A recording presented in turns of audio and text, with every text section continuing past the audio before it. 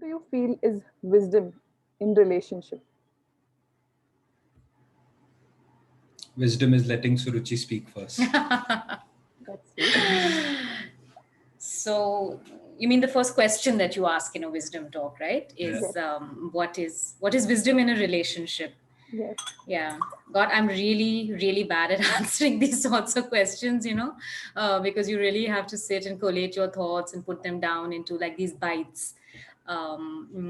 So I had asked Kajal that please at least send me some of the questions beforehand, because Abhishek is very good at extempo, and I kind of freeze up. But I was thinking about it, and I thought if you have to put it very simply, it would almost be like the 5 Ds, for me, which is deep affection, uh, you know, over and above the love also. There's love, of course, but there has to be deep affection for each other. There has to be deep respect. There has to be deep dialogue, which is just that Mm. you have to be able to dialogue with each other, and also you have to just be able to you have to like hanging out with each other, because Mhm. finally when you head into glorious old age, I mean, all you have is just two old people sitting and being able to talk to each other, so Yeah. you should be interested in each other, and be able to have those conversations. Deep humor, for me personally, humor Mhm. is very important. I need someone who's humorous and who just has a very light take on life, in many aspects, and the fifth one, man, the big one, deep forgiveness. You have to be able to forgive each other over and over again. Okay. I was already thinking divorce and death, and when you said D's, I was like, okay, all those bad D's were coming to me, like delays, denials, divorce, death, discussions. Um, for me, it is simply avoidable suffering. How can you not have avoidable suffering? Wisdom is being able to prevent avoidable suffering.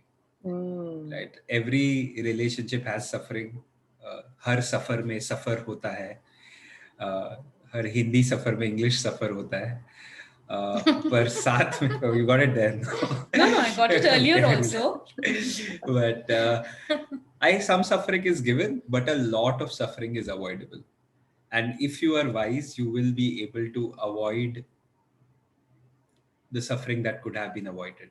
I think so. To Mm. me, wisdom is being able to prevent avoidable suffering. Yeah. Mm. So much wisdom flowing just in this first response, and we can go so inside each of them and unpack, like, how did this come up? Where did this come from? But right now, I'm not going to go immediately into it, and also start directly jumping into the first part. Both of you are going to be doing a workshop called as 5 Rules of Love, and this workshop is just around the corner over a week or so. Wanted to ask, does love really happen with rules? Like, don't the two sound a little away from each other? Like, is it, if rules are needed in love, then is it really love? It's a great question. If rules are needed in love, then is it really love? And And also, everything is fair in love and war. So then what are we talking about? Rules then? If everything is fair, yeah, what are the rules? especially when you're fighting, he's like, oh, that was not the rule, you were not supposed to say that, and you're just like, take your rule and just where you can put it. But um, um,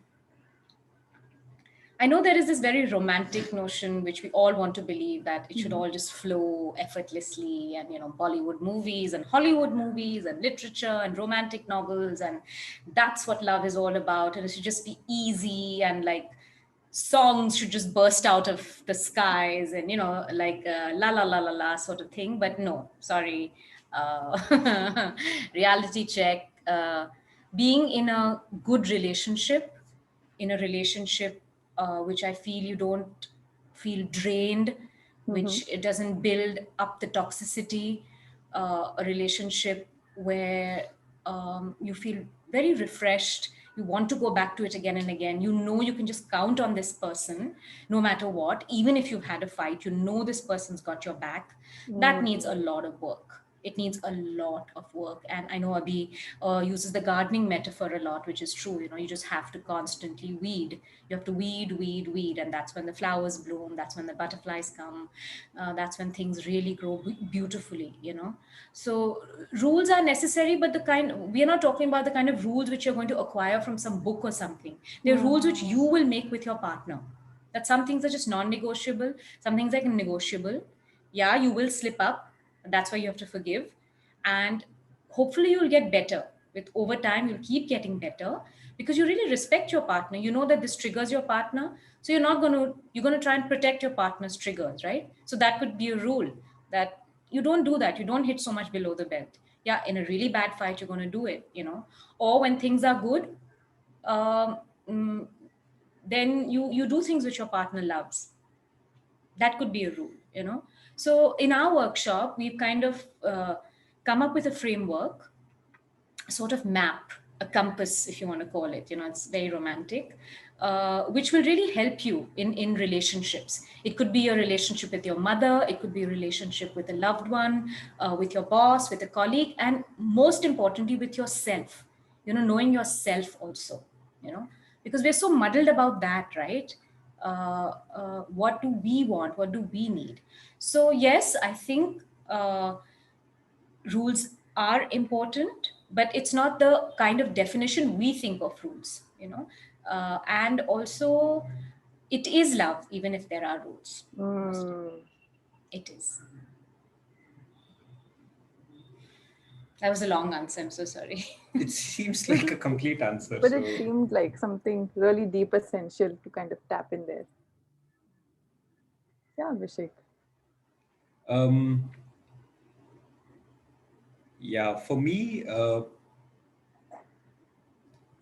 think both Sur and I keep talking about the number of heartbreaks that happen around us and so many preventable mishaps. And each time a heartbreak happens, it's almost like God's heart got ruptured a bit. ऐसा feeling आती है कि वो बोलते ना मंदिर या मस्जिद तोड़ो पर किसी का दिल मत तोड़ो. So I personally, it affects me to see misery around love. It's adorable. And there's so much of that could have been avoided if only some experiences were accessible to people, right? If only there was some wisdom that was accessible. And for me in my life, I've learned through trial and error and through a lot of heartburns and heartbreaks and experiments. And like not everybody needs to then do that, right? Like if somebody's kind of figured some things out, we're like, okay, we figured a few things out and we'd like to share it. And I mean, there is so much to share. So to me, rules are a compact way of sharing it. And at the risk of going a little abstract, I would say that these rules come from seeing patterns. When you see certain patterns, you see how things naturally work. When we say rule of law, what is the law? Natural law. There's a certain natural law that governs relationships between human beings. And what we've tried to do in some ways is to kind of codify it into rules and make it accessible. So that's kind of the nature of what we're trying to offer in a very essential manner. You to take it and you to apply it in your own life. So that part can't be done by us. But what can be done is that small trigger, that small seed can happen. Yeah, I just want to add that a relationship workshop, especially the ones that we offer, they can help you find another relationship. They can help you strengthen and enhance the one you already have. Or if there's something you feel that's wrong, then it can help repair it. So those are also aspects of the workshop. No, I'm thinking something. I'm sorry. Sorry to freak you out. I know. Yeah. I think that's something I would want to add since we're talking about the 5 rules of love. We thought we'd come up with a catchy title for the workshop. Yeah, I had one more thing to add. Which is like, should you go to a workshop to learn about relationships? It feels like, why go to a workshop to learn about relationships? And I would say that modern relationships are complex. Times are very complex. And ways of learning have expanded. Now we are learning about things that we used to learn by trial and error in more intentional ways. And for us, a part of us offering this work is to invite people into a more intentional way of learning about relationships. Like, don't do it by trial and error. Do it a little more intentionally. You've been to school to learn so many things, but there's never a school for love. There's nothing that teaches you how to love, whereas that's what you're pretty much doing most of the time. So yeah, so I think that's what inspires us to offer this workshop and invite people into it. Yeah. I think what you're sharing is very important, right now, for like most of my generation or people around me, when I see, we really want relationships where we can go back and rely on. But we mostly feel unhappy with all our relations. And then the question comes that if that's so, then is it something about us that we're not able to learn together? What does it mean to be really be together? How can one be together? And as you rightly mentioned, that schools have never taught us what does it mean to really relate with one another and build relations. So where do we really learn such important things about valuing relations, building relations, and how do we invest in relations? And are we, also seems like a new idea, no, to be open to investing in relations. We're not so used to learning about such personal things. We feel seekh jayenge ye to bade hote hote. But how do we really also be intentional about that, also bring some of our own real questions of learning? That seems like a very interesting way to look at why to love and tap into the deeper patterns that I think with experience both of you have figured. And now if that experience generationally can be passed on, I'm sure a lot of us will save ourselves from going through heartbreaks. Yeah, in fact, I had one more thing to share, Kejal, around this, again, related to what this was going on, which is that, the previous generation had a dream of owning a house, and they would work all their life and borrow, and then they pay and build a physical home. I would say relationship, especially primary, is like a emotional home. Hmm. And just as you work hard to get a physical home, you have to work hard to build an emotional home for yourself. And yeah, I would say that too. Yeah, actually, I wanted to add a very similar point, which is that we've some of us are lucky. We've seen our parents have good relationships, and then we've learned from that. We saw an uncle or an aunt or someone who had, and but most of us have just seen our parents be with each other because they have to be with each other. Whereas I think a lot of us want to be in a relationship which really enriches us. It Hmm. enriches our life. It enriches our experience of living. Because it's worth it. It's really worth it. So why not learn some things about it, Hmm. for that experience? Because I can tell you, it's so worth it, to have a good relationship. Right. And is this what both of you would define as radical love? Because that's today's topic. That how do we tap into this whole idea of what does it mean to love radically? And with this, what would you want to share ahead, since that you've mentioned this idea of being home and nurturing and feeling enriched? So what is really radical love?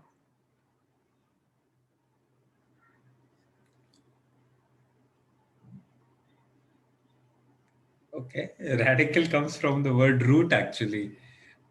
And what is at the root of love, right? Not just loving at the level of surface love.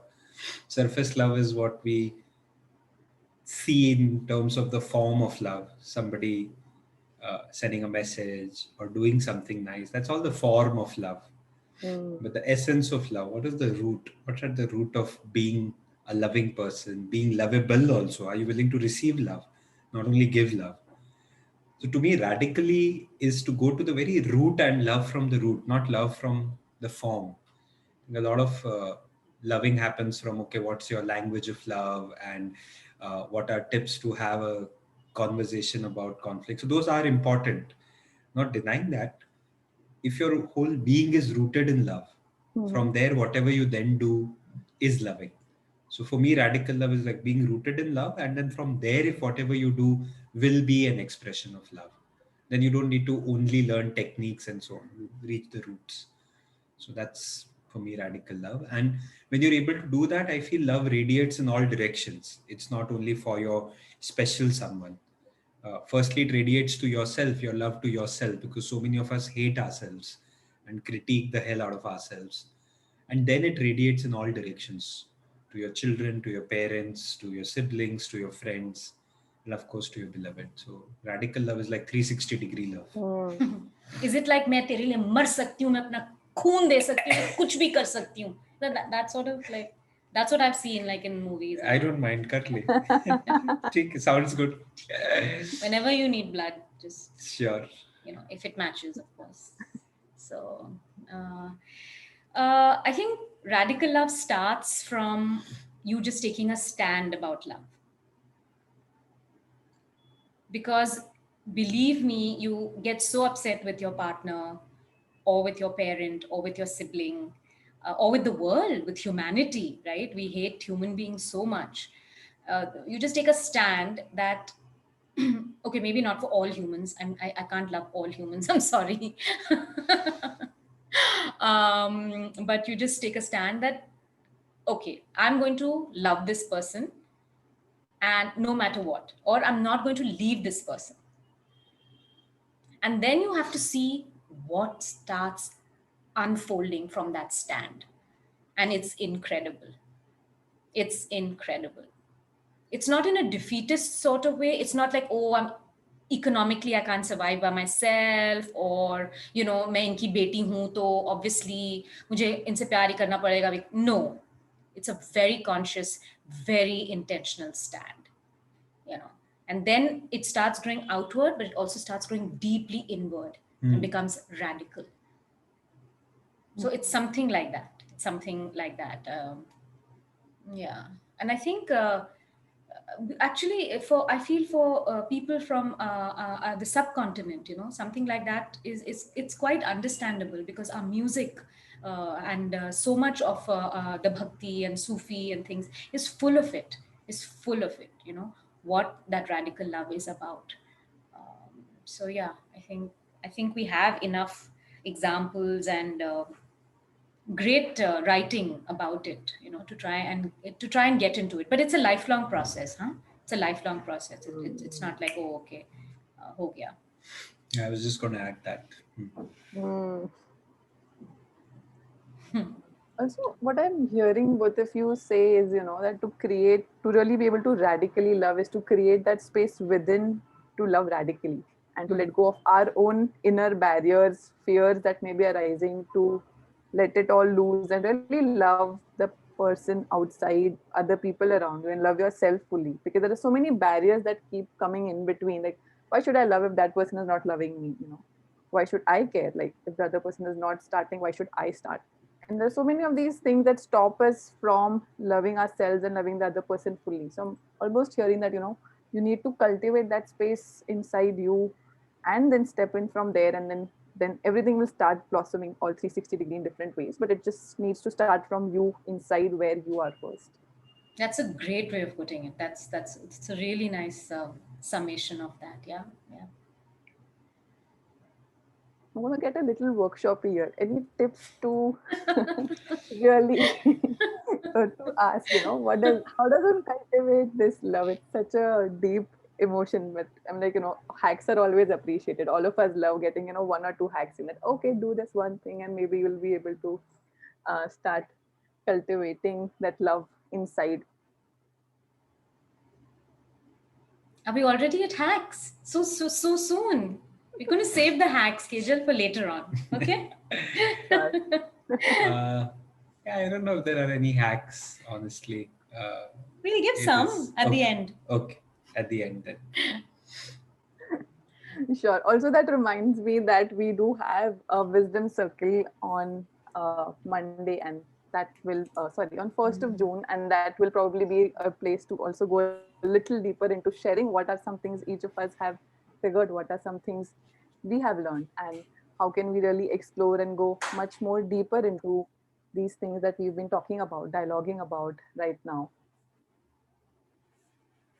Also, other thing, and of course, the invitation is open to all those who are here and listening to us on Facebook to join in and be there for the wisdom circle, to share what have been your experience, how have you been kind of engaging with the idea of love in your relationships with yourself and with people around you. And on that note, since both of you also mentioned that love is broader and it's a 360-degree work, is there something you want to add on this idea of love not only being romantic, but love also being universal and with people around you? since you also mentioned that, it is also with your friends, your siblings, your people around you. Yeah, definitely. So do you want to go for this one first? When I met Abhishek, um, it was like one doesn't know what to do when one comes across such a being, because it's like if love is a beautiful shining ball, like he swallowed it, and he's just like emanating love. Anyone who knows him kind of knows that this love just emanates from him. And as I got to know him, I realized he just loves. For him, everything is something worthy of love. Like it could be a table, it could be his old T-shirt, So I can't throw anything away from our house, guys. That's the other side of the story. No matter what, however old, torn anything is, he has a loving relationship with it. So with Abhishek, I would say his love permeates everything and all that he comes across, and he always wants to take people along with love. He wants to work with people he loves, he wants to love the people he works with, he wants everybody just in this loving kind of village, Mm. head. So yeah, I mean, I did experience this kind of radical 360-degree love with when I met Abhishek. I would say that. But do I embody it, or do I follow it? I don't know. I don't know whether I do or I can. But I would say that I've become a way more loving person after we have worked through our relationship and tried to understand things. And that has affected my relationship with others. I mean, I love him incredibly and madly, but it increased my love for others also. So there have to be some shifts within you.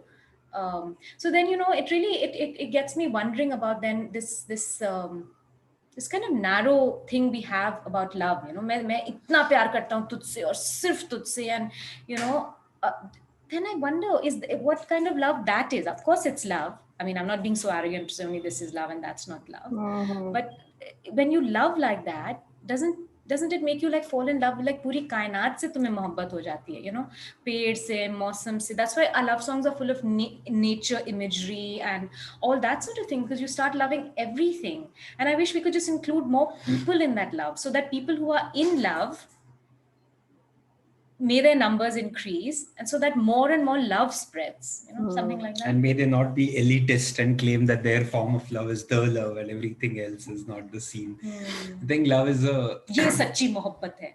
there are a million flavors of love. I think love has got so many flavors, endless flavors.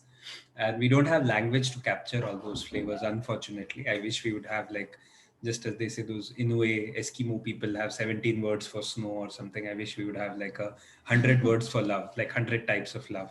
Maybe we will invent and have those. But till then, we just have to sense different flavors of love.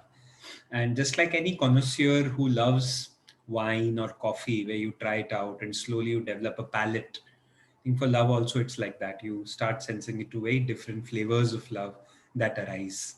So that's, yeah. Does that answer your question? I don't know. Did we answer the question? It does. Well, we It said does. what we said. It does, because I think the whole idea of the whole idea of multiple forms of love, or million colors of love, or million shades of love, I think that idea is so deep, like and deeply rooted in our way of being and in our culture. Because what you said, from the literature, the way we have heard of poems, the way we see the songs, and it's it sounds something that we may have not yet fully experienced, but it is definitely something we've read enough. We've known people who have experienced that and who express that in so many ways, through the scriptures and through writings and poems, that what does it mean to really love nature? What does it mean to love so many things that are around you? Yeah. That's got me thinking that I wonder now whether we human beings do we really love? Because then would we treat each other or treat nature, animals like the way we do? Then what is this kind of love that we are practicing? I don't know. Good question. Yeah. Yeah, but we'll not go down that track. There's so Yeah. much there to talk about, but let's come back to where we were. Hmm. Yes. And just on that note, I'm also going to ask, the participants who are in this room with us, who've been listening intently, who've been creating this space for us to listen and really share and express ourselves in dialogue. If any of you have any questions, you can really type in the chat box that these are some of the questions. These are some things you would like to ask. And that will also kind of take us to the last part slowly, gradually. Meanwhile, we can come back to Suruchi and Abhishek to ask, is there any advice they want to give us? Because, you've also seen so many of us around you. You've seen what's happening around in love, and you've been helping so many people around in so many little ways by sharing what wisdom you have gathered through your experience. Any advice you would like to, tell us that, what, this is something you need to be watchful about? Oh, advice on love. That's such a large topic. That's hence the workshop, I guess. Yeah. Hence we are doing the workshop. No, I think love is like any other thing. It's an art which you learn out of practice, and I think it's important to keep practicing. Keep practicing. I think that's what I would say. Hmm. Advice तो endless हो सकती है प्यार में advice का क्या ही है but खुद करके देखने में जो समझ में आता है वही वही बेस्ट वही जरूरी है Yeah. Relationships are sort of the playground where actually you discover yourself, ironically enough. खुद कमरे में बैठ के वर्कशॉप्स करके self work is very important and all that, but the real test, or where the rubber hits the road, or whatever you want to call it, is when you are in contact, in friction, in love, in union with another. And that's when you start understanding who you are, because this is how you respond. So I would say, like, go out and have relationships with everyone and enhance and repair your relationships with the people you have, because you'll discover yourself in it. That's where you can actually change yourself, whether it's with an irritating colleague, or a sibling. You know how that goes. Especially in these relationships where there's so much baggage, and those are the most difficult to change, actually. And if any of you are going to have children, what kind of parents are you going to be there? The relationship you have with your pet, maybe, I don't know, pets become so important. So it's a discovery, it's a playground for yourself, a relationship, that's what you're going to learn. And then, are you really the type of person, how can you become the type of person that you want to attract? Right. but are you saying single people should go and have an affair then? Just asking, like, that go have an affair. Yeah, All always. single people go and have an affair. Always. Is it like a total believer in love? Yeah, I mean, can you attract the kind of person you want? Can you? I don't know. I think so. Okay, that's good to know then. Yeah. There's hope in the world. And just, you need to hold it a bit lightly. You really need to hold it with humor and with negotiation. I find so many people have so many not rules, like, what are they called? Non-negotiables, or ultimatums, or and also that, why should I settle for less? There's this whole concept of less and more and things like that. So I would just say, be a little easy about that. You have to, I'm going to say the big bad C word, compromise.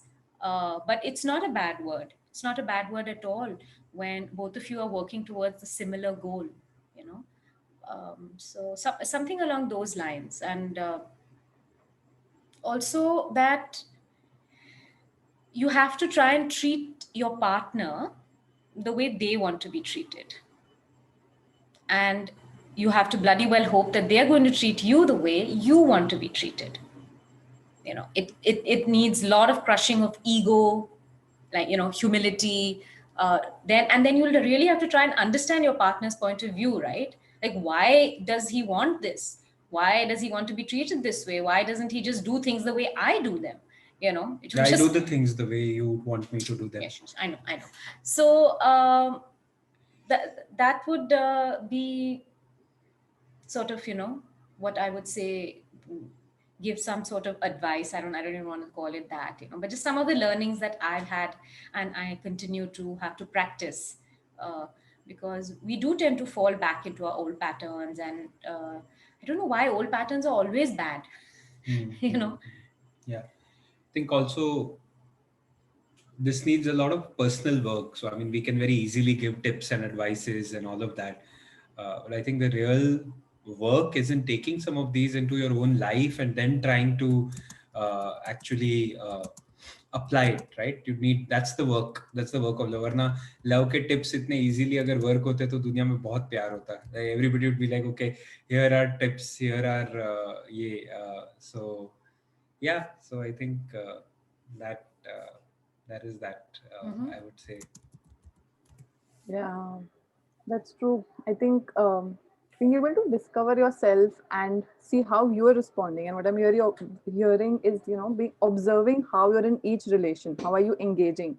And through that engagement, through that uh, relation between you and the other person and whoever that person may be, in that, how are you seeing yourself grow, how are you seeing the other person grow, and how are you investing together in your relationship to grow. I think that intentionality in the relationship is important, and that takes us back to the starting where we started saying that, we really need to learn how to develop this, how to kind of engage in this. And with that, we also have one question I'm going to ask. The question is, I would like to ask your journey about relationship in short. Now, that's a big question, um, about your journey. I don't know if you would really able to summarize, but whatever some simple small parts you feel you could share here about your journey. Whoa, that's a big one. I'll pass. Uh, I'll say that in the workshop. Maybe I don't know. I feel shy also, and I feel like very conscious about like sharing love stories and all. Maybe for some other day. So I'm not. Yeah, I'll pass. I don't know if you feel like taking that on. No, maybe something that you've learned that has helped you in your final, in this relationship, maybe, right? Some of the learnings that you've taken from there. I don't think she's asking you to list all your girlfriends, Abhishek. uh, yeah. Rolling my eyes, rolling. Um, I think our daughter recently asked him, she was yeah, like, how many girlfriends have you had, yeah. So what did you say? What What did have you I learned? answer? No, let me change the topic actually. And what have I learned is a good question. Um, I mean, it's been an ongoing learning for me. So there has not been any one learning as such. It's been constantly going on. But I think just dialoguing and finding your common truth, I think that's been the practice for us. And that's what we've done through and through. Spoken, dialogue, found common truth, Mhm. applied that common truth, Hmm. and so on. So I think that's one thing that, yeah. Yeah. Mm, So uh, for example, uh, I mean, in a relationship, fights will happen.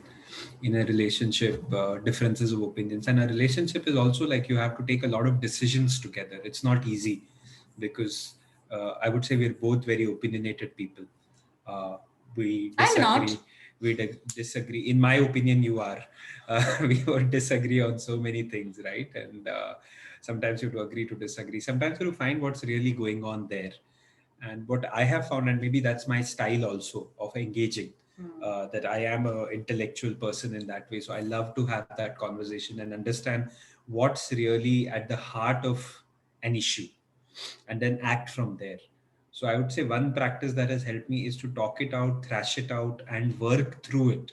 Not imagine that some magic fairy will come and like, wand घुमाएगी तो अचानक सब ठीक हो जाएगा. ऐसा नहीं होता है.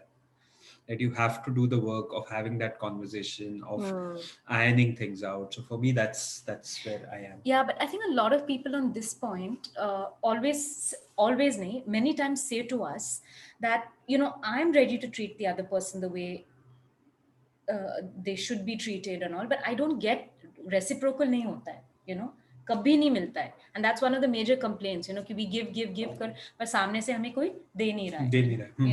Yeah. So क्या करें, yeah. और ये दोनों को फील होता है.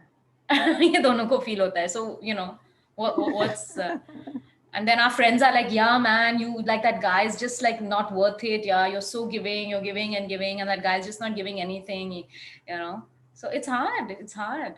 Yeah, I think Vaishali's question is also how do you do that, or how will we work on treating your partner the way they would want to be treated? I think to me comes down to being awake and present and empathetic and just like coming out of our own worlds, which is so hard when it comes to your own partners.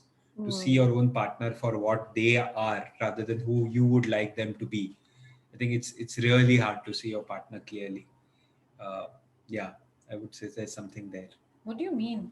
I mean, to treat you the way you would like to be treated, I have to clean up my head and I have to see you for who you are, not the parts of you that I would like to see. It's almost like we speak two different languages and I keep talking in my language and you want to listen to it in your language, right? And it's also a gender thing. Sometimes I feel some of it is a man-woman thing. Some of it is based on our upbringing. So I think one of the things we'll try and do in the workshop is to work a little more in detail with these things, right? Like how do you remove out these barriers? How do you really become present to the other person, and work through the nitty-gritties of it? I think that's Maybe give you some tools, give you some language, you know, around it, because language helps. As we've said many times in our talks before, in our workshop, when we start using new language, whether it's non-violent conversations, non-violent ways of speaking, or ways that we've never been taught before, they seem awkward. They seem very unreal. You're like, yeah, this is too fake. But when you use it more and more, it doesn't become fake anymore. And that language just opens up such beautiful possibilities to really heal and repair and grow in your relationship, you know. So something from my journey, Kajal, was that when I came out of my previous relationship into this relationship, you know, I think I used to fight very badly, you know, dirty and just like not following any rules, and just doing everything one shouldn't do with someone you profess that you love, you know, or just like stone cold silence. You know, women have that way. It's unfortunately that's how we are raised, you know, just stomping out of the room, dead silence, not talking for a week, leaving the house, you know, all those kinds of things, which women do and also I used to do, you know. So that was something I had to change, you know, because it really hurt Abhi. It was unacceptable to him, and I could see how it used to affect him, you know. And maybe that my affection and respect and love for him was more than my own ego, which wanted to maintain I'm hurt, and you know, this is. And so then I had to start that part of me, I had to like start loosening it. And it doesn't it took years. It took years, you know. And really learn to fight well. And that is something also we cover in our relationship workshop, which is the big conflict code, which is I think a very, very important. I think also we use this word workshop so often के workshop क्या होता है और talk और workshop में क्या फर्क है, like we don't know what's the real difference between those. And I think it's important to clarify that also, that the workshop is like almost like, you know, you wash the car every day, but in a workshop you go and open up the car, you actually try and fix parts which are not working, and each car is a different model. So to me, a talk is like washing a car and just like sweeping it, but a workshop is where you open it up and work with it, right? So what you're hearing as a talk are like ideas, tips, and you can get them from so many places. In a workshop, it is about how do I now apply this to myself, and how do I really take my life, open it up, take this idea, put it in, and come out with it, right? So workshop gives us a chance to engage, interact, dialogue, reflect with exercises, tools, which is very different from a talk experience. So I think wanted to share that also with Vaishali. Yeah, and that distinction helps because, you know, we keep reading a lot of content. We read articles, we read books, we kind of hear people share so many things. But how do we really apply it in our own lives? and what are things which we are not able to see, and what does it mean to really take out intentional time and do it, because at times there are some things we are ourselves running away from, and we do not want to kind of say, okay, it's okay, I will figure it. But taking that intentional time out, being there and working with it, and even at times being asked questions on it, and that makes us kind of clarified further in detail in terms of what am I really engaging as, and what are my own parts which I'm not able to see. And really inspiring, I think, Suruchi, to hear your story. I think it just means so much of intentional efforts to really engage with oneself, and um, to really embody what we are trying to talk, what we are trying to share, and why it's important. And it is very awkward to communicate and say that this is how it is, and this is very difficult to spill out, and that I expect this, I would like this, and for me to know what I would like. So Yeah. really important points that both of you are bringing out. Yeah. Also, I know, Kejal, many times when you've been with us and things like that, you've always said that, after looking at Suruchi and Abhishek, it brings me some comfort to know that people who are so opposite can be in a relationship. So, it is possible. It is possible. Believe me, guys, we are like chalk and cheese. We're very different. Even though we're both wearing green. Yeah. But Yeah. that's So to cute. compensate. That's to Yeah, compensate for and I the think deep difference. Yeah. and I think I've also built that idea of, what does it mean to be complementing and adding on to each other. I think I like the flavor both of you bring with each other, and there's a very different um, relation of being able to expand oneself and together, even in spite of being opposites, figure something together. Because most of us feel, okay, if that person is not like me, maybe that person is not like me, so I should not engage. But what does Yeah. it? And then by that logic, I think most people will go out because nobody will be like me. So that is another important part of how do we complement and learn from each other, and then together build something.